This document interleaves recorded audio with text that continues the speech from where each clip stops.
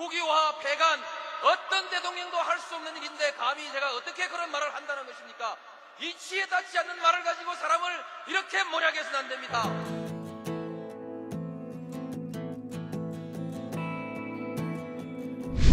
기나긴 밤이었거든. 압제의 밤이었거든. 사랑이 한 몸 썩어져 이 붉은 사나에 사랑 해방의 횃불 아래 벌거숭이 사나에.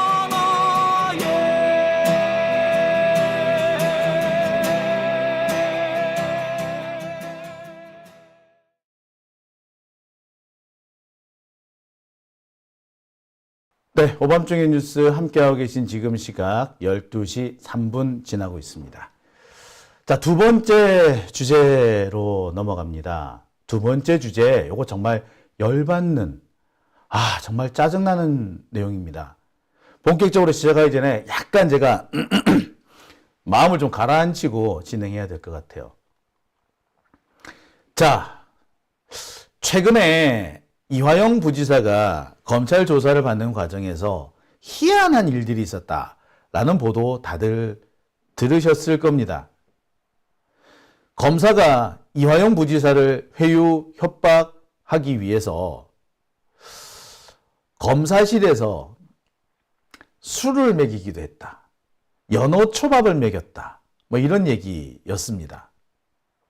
자, 과연 그게 사실일까? 다들 긴가 민가 하시는 분들 적지 않았을 겁니다.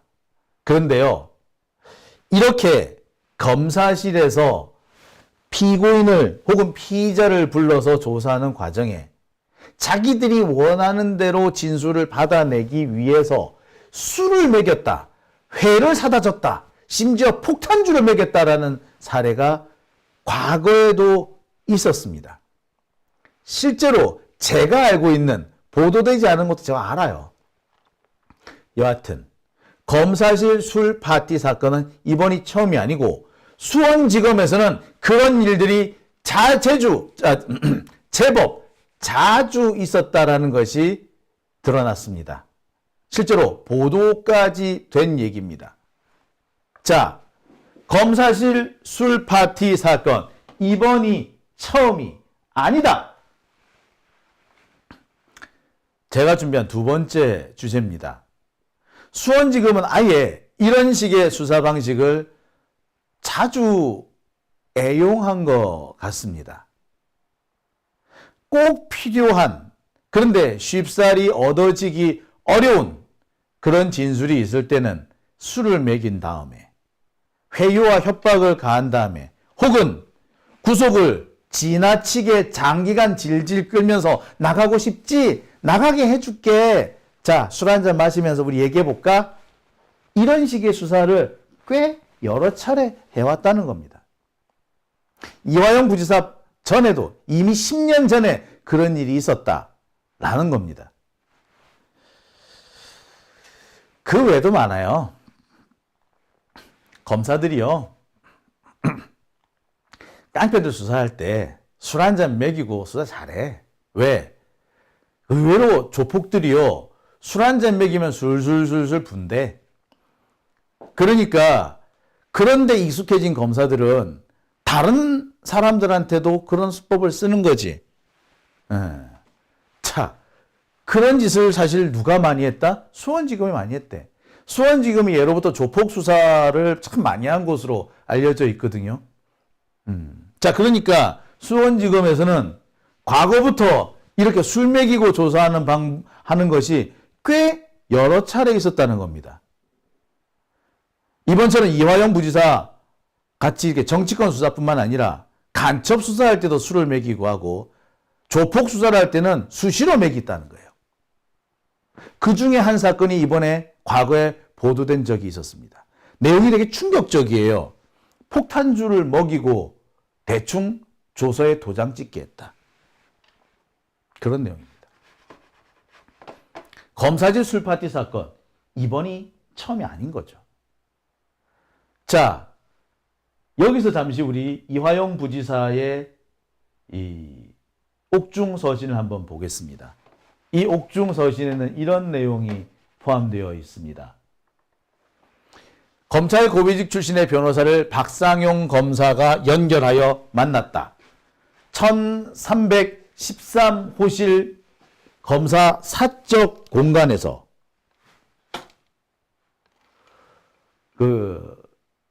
검찰 고위직 출신 변호사와의 면담이 진행되었다. 이 변호사는 검찰 고위직과 약속된 내용이라고 하면서 나를 설득하였다.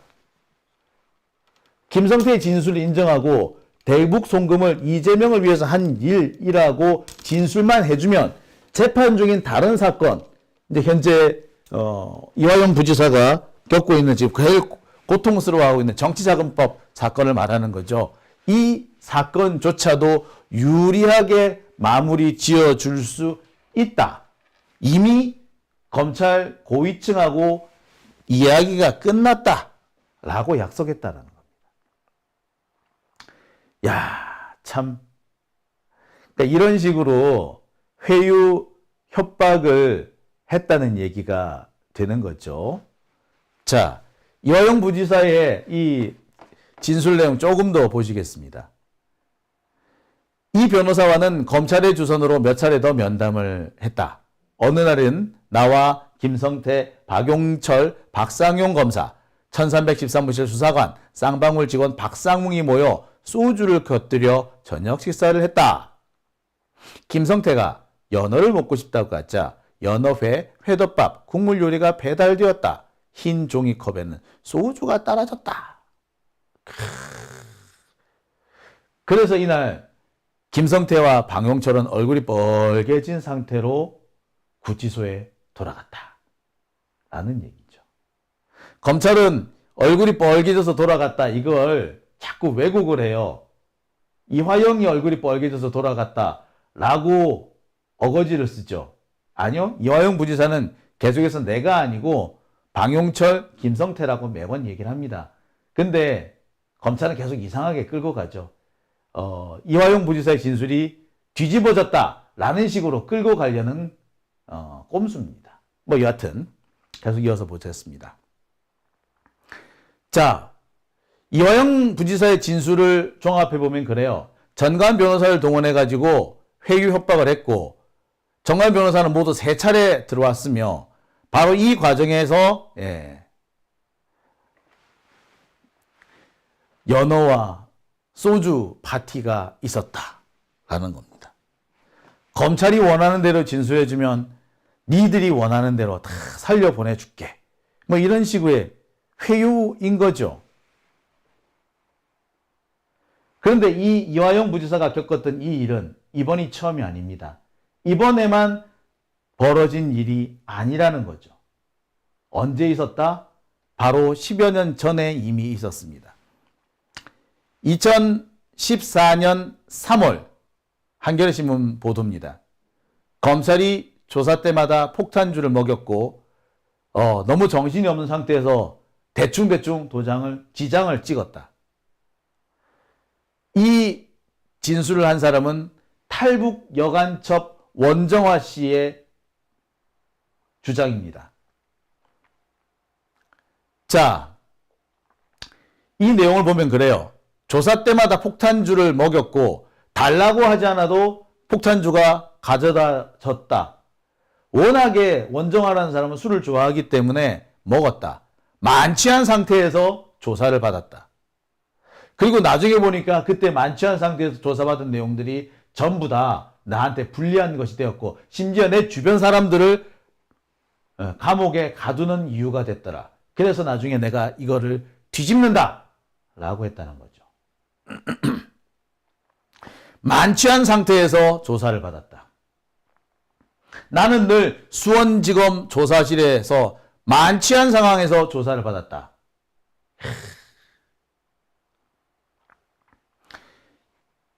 이 한겨레 신문 보도는요, 한겨레 신문만 보도된 게 아닙니다. 이건 신동아, 동아일보 자회사죠. 신동아에도 보도가 됩니다. 여기 보면은요, 이런 내용이 있습니다. 2008년 수사 당시 검찰이 매일 폭탄주를 먹이며 진술 조사를 받았고 다른 사람의 진술 내용을 달달 외우겠다. 심지어 당시 수사를 했던 윤모 검사, 지금은 변호사라고 해요. 이 윤모 변호사는 네가 거짓말했다는 거 아는데 그렇지만 너 조용히 살아. 설거지나 하면서 라고 했다는 얘기까지 나옵니다. 자, 자세히 볼까요? 이 대목입니다. 2008년 수사 당시 검찰이 폭탄주를 먹이며 진술 조서를 받았다. 자, 좀 더 자세한 내용을 살펴보겠습니다. 여기 같은 경우에는 한 달락만, 그러니까 원정아 씨 진술 중에서 한 부분만 뽑아낸 거죠. 앞뒤 전후 내용을 좀 살펴볼 필요가 있겠네요. 역시 신동아에 보도된 당시 녹취록 부분입니다. 내가 권모라고 하는 경찰 간부에게 전화로 따졌어요. 내가 왜 구치소에서 자살 시도했는지 아니? 그 윤머식인가 하는 검사가 나를 얼마나 성적으로 매도했는 줄 알아? 성희롱, 성추행을 했다는 얘기죠. 그래서 내가 너무 억울해서 죽으려고 했어. 그래서 내가 구치소에서 자살 시도를 한 거야. 나한테 무슨 불안 증서가 있다고? 야, 그 개똥 같은 소리 하지 마. 원정아 씨는 이렇게 얘기합니다. 그리고 그 다음 이어서 이렇게 말하죠. 그 권머식인가 하는 경찰 간부한테 내가 그랬어. 검사장인지 뭔지 하고 내가 계속 술을 마셨고, 거기 검사실에 있는 여직원하고도 마셨고, 매일매일 폭탄 좀 마셨어. 내가 검찰에서 술 마신 거는 교도관들도 다 알아. 내가 항상 알달달 해가지고 오고 구치소로 돌아갔거든. 그러니까 본 사람들 다 아는 거지. 어떤 날은 내가 회가 먹고 싶다고 하니까 회가 들어오더라고. 근데 술이 같이 따라 들어왔어. 항상 소주에 맥주가 같이 들어왔다고. 뿐만 아니라 조서가 끝나면은 또 보강조사할 때까지 또 술을 먹이는 거야. 조사 한번 끝나면 다음 조사 때까지 또 술 먹이고. 그러니까 항상 술에 취한 상태에서, 술에 만취해서 나는 검찰 조사를 받았다. 이 사람은 탈북자예요. 간첩인지 아닌지에 대해서는 조금 논란이 있습니다. 하지만 확실한 것은 이 사람은 대한민국 사법제도를 잘 몰라요. 심지어 변호사의 도움을 받아야 되는지도 몰랐고, 구속을 몇 달씩 그렇게 오랫동안 끌고 다니면 안 된다는 것도 몰랐습니다. 원정아 씨는요, 6달 이상 구금된 상태에서 조사를 받았습니다. 불법이죠. 그 와중에 술을 먹이면서, 야, 우리가 쓰라는 대로 써. 그리고 다른 사람이 진술한 거 달달달달 외워. 그래서 이 원정아 씨는 다른 사람이 한 진술을 달달달달 외워가지고 마치 자기가 잘 아는 것처럼 영상 녹화까지 응합니다. 검찰이 증거 조사를 하기 위해서 영상 녹화를 시도하는데 그 영상 녹화가 사실은 다 짜 맞춘 거였다는 거지. 외워! 대본을 주고 외우게 한 다음에 영상 녹화를 했다는 겁니다. 그게 원정아 씨 사건에서 폭로가 돼요.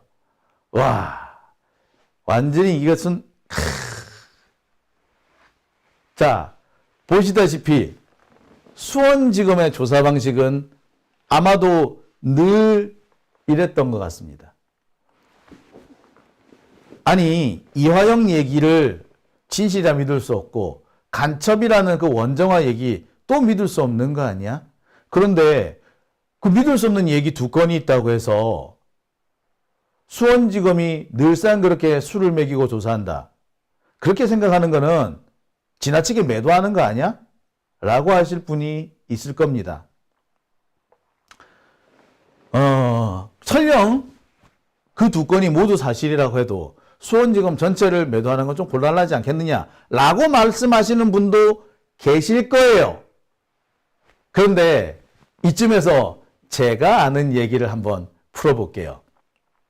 수원지검은요, 예로부터 조폭 수사로 유명합니다. 그래서 수원지검 강력부라든지 뭐 이런저런 데서 조폭들을 많이 잡아가뒀습니다. 서울은 일찌감치 서울을 장악한 그런 조폭들이 있죠. 하지만 나중에 서울로 상경한 조폭들은 서울 시내로 들어오지 못하고 서울 주변에 모여서 세력권을 형성합니다. 서울 주변에 세력권을 형성한 애들 대부분 다 수원지검 관할에 다 걸리는 거죠. 그래서 수원지검은 예로부터 조폭 수사가 많았습니다. 서울 쪽 안에 있는 조폭들은 뭐 대대적인 소탕 작업에서 거의 붕괴가 됐는데 이 경기도권의 조폭들은 마지막까지 남아 있었다고 하죠. 제가 알기로는 2010년대까지 남아 있었대. 지금도 남아 있는지도 모르겠고 여튼 그래서 우리나라에서 제일 조폭 수사가 활발했던 곳이 수원입니다. 근데 조폭들 수사할 때 늘 회유와 협박이 따라다녀요. 그래서 조폭들 수사 많이 한 검사 혹은 경찰관 치고 다른 사건 수사할 때 회유 협박 안 쓰는 경우가 잘 없습니다. 검사도 마찬가지, 경찰도 마찬가지. 다 똑같아. 그런데 이 과정에서 자연스럽게 술을 먹이는 경우도 있어요. 꽤 많았어. 어떤 검사가 자랑스럽게 얘기합니다. 자꾸 뻗대는 놈이 있다. 그런 놈이 있으면 잘 달래서 형님 동생처럼 이렇게 만들어준 다음에 나를 형님으로 부르게끔 만들어 놓은 다음에 술을 한 잔 싹 따라주면 얘가 슬그머니 넘어온다고. 가끔은 폭탄도 한번 먹인다고. 그러고 나면은 애가 술술술 분다고. 무용담처럼 얘기를 합니다. 꽤 여러 번 들었어요. 검사가 조폭 수사할 때 폭탄 좀 먹여서 진술 만들어냈다는 얘기. 뿐만 아닙니다. 그렇게 술 먹고 난 다음에 진술 수술수 해놓고 나중에 마음 바뀔까 겁나서 영상 녹화까지 했었다. 저한테 그렇게 얘기합니다. 자, 원정아 씨 사건하고 참 비슷하지 않나요? 그 검사는 자기가 얻어낸 진술, 조폭의 진술이 거짓이 아니고 사실이라고 믿고 있습니다. 다만 그 사실을 얻어내기 위해서 자기가 약간 트릭을 썼다. 이렇게 생각하더라고. 하지만 그런 부분, 그 검사가 엄청 자신감 있게 얘기한 그 부분을 객관적으로 싹 빼놓고, 그 어떻게 검사 지 생각이니까. 싹 빼고 정말 객관적으로 딱 팩트만 놓고 보면 피의자 혹은 피고인을 조사하는 과정에서 회유 협박이 안 통하니까 술을 먹여서 다시 한번 진술을 받아냈고 그 진술을 가지고 유죄의 증거로 썼다라는 거 아닙니까? 적지 않은 사례가 있었다라는 거죠. 그러니까 이거 조금 과장을 살짝 보태고 조금 비꼬아서 얘기하자면 수원지검의 수사 방식 중에 술 먹이는 게 있었던 거야. 이번이 처음이 아닌 거죠. 게다가 이 원정아 씨 사건 같은 경우는요, 사실 좀 심각한 부분이 있습니다. 여러분 혹시 이 간첩 원정아 사건 어떤 사건인지 혹시 기억하십니까? 간첩 원정아 사건은요, 탈북자 출신의 여성 간첩이 계부와 친동생 그리고 자신의 동거인까지 포섭해서 간첩 활동을 하게 만들었다는 사건입니다. 이 사람은 탈북하기 전에 북한에서 고위 간첩 교육까지 받았다고 해요. 한국에 와서는 한국군 정훈 장교와 동거하면서 간첩 활동을 했다. 그래서 군사 기밀을 빼냈다라고 알려진 사건입니다. 그런데 나중에 확인해 보니까 이 사람은 계부 친동생까지 간첩을 만났다는 거든지 탈북하기 전에 이미 간첩 교육을 받았다는 얘기는 거짓으로 드러났어요. 군사 기밀을 빼냈다는 얘기도 사실과는 다르다는 것이 확인이 됩니다. 간첩은 간첩이냐고요? 일부 간첩 부분을 간첩 활동을 한 부분이 있어요. 어떤 내용이냐? 탈북자와 관련된 자료를 북한에 넘겨준 부분이 있습니다. 탈북자와 관련된 자료를 왜 넘겨줬느냐? 이 원정화라는 사람이 북한에 딸이 있었던 모양이야. 그 딸을 데려오기 위해서 북한 쪽과 접촉을 했는데 당시 북한 쪽 그 공무원이죠. 북한 쪽 관계자가 네 딸 데리고 가려면 이런 정보를 내놔라 그랬답니다. 그래서 넘겨준 부분이 있어요. 근데 그게 군사 기밀은 아니었고 탈북자 관련 정보였다라고 합니다. 여하튼 이게 간첩 원정화 사건이에요. 이 간첩 원정화 사건은 당시 제가 불교 방송에 있었을 때인데 불교 방송하고도 꽤 좀 얽혀있는 얘기입니다. 이 사건을 수원지검에서 수사를 했다고 제가 말씀을 드렸죠. 근데 수원지검에 드나들던 조폭인지 스님인지 하여튼 뭐 그런 사람이 이 사건을 파악을 한 겁니다. 몰래 불교방송 기자한테 알려줘요. 그래서 불교방송에서 이거를 단독 했습니다. 그런데 갑자기 국정원에서 전화 와가지고 기사 내리라고 해서 내린 적이 있어요. 한번 쌩 난리가 났던 사건입니다. 아니 간첩 사건인데 그거 뭐 잘못됐다고 그걸 왜 보도하면 안 돼? 왜 내리라 그래? 뭐 하여튼 그래가지고 뭐 불교를 얕잡아 보는 거냐는 등 뭐 이런 사건은 뭐 얘기가 막 나왔었어요. 그래서 제가 이 사건을 너무나도 정확하게 기억을 하고 있습니다. 그리고 이 사건이 나온 지 얼마 지나지 않아서 몇 년 지나고 난 다음에 갑자기 간첩 원정화 사건은 조작됐다라는 것이 폭로가 되는 거죠. 구속의 부당한 장기화 뿐만 아니라 각종 회유와 협박, 변호사의 조력을 받을 수 있다는 것도 나중에 알았대요. 그 상황에서 대한민국의 이 사법제도를 잘 모르는 북한 탈북자라는 점을 이용해서 사실 좀 간첩 같지도 않은 간첩을 어마어마한 사람 거물로 만들어가지고 써먹은 거죠. 당시 이때가 어떤 때였느냐? 광우병 촛불이 한참 거세게 일 때였어요.